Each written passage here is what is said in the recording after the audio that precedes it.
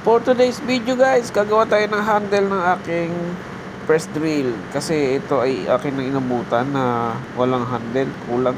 So ito, sinukat natin sa bakal at ating totornohin. Babawasan lang natin to ng konti at lilinisin hanggang dulo para naman maganda tignan. At pagkatapos guys, kukuhain natin yung distance ng kanyang thread. At ang kanyang distance ay 16 mm.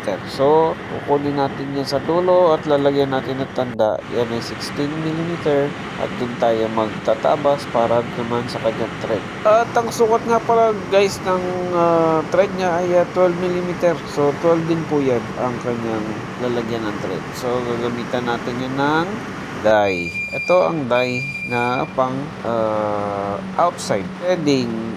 Ipitin lang natin yan ng chuck ng drill habang nakatutok doon sa ating titreadan na bakal upang maiwasan natin ang paggalaw ng die at maging diretso ang pagkakatread. So guys, pabalik-balik lang yon hanggang maubos hanggang dulo ang pagtitread. So ito na ang finished product ng kanyang handle. So ang susunod na naman natin gagawin ay yung bilog na sa dulo. Yan ang pinakamahirap. Bale, ginamit kong materials guys ay Ertalon, yung pinakamakunat na plastic. At ito yung madalas ginagamit sa chopping board ng mga kusinera. So guys, ganyan lang. Marahan-dahan lang na pinaiikot yan. At lalagyan ng forma. At ito na nga siya. Ito na yung totoong bilog.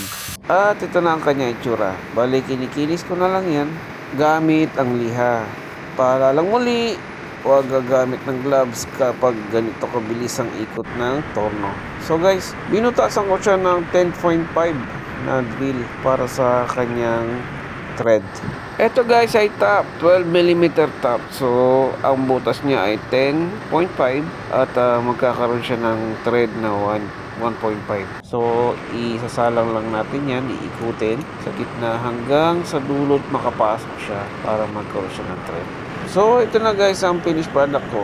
Ang aking bilog na lalagyan ko naman sa dulo niyan. Siyempre, may thread yan sa loob. Kaya, swak na swak yan sa 12 mm. So, ayan guys. Okay na.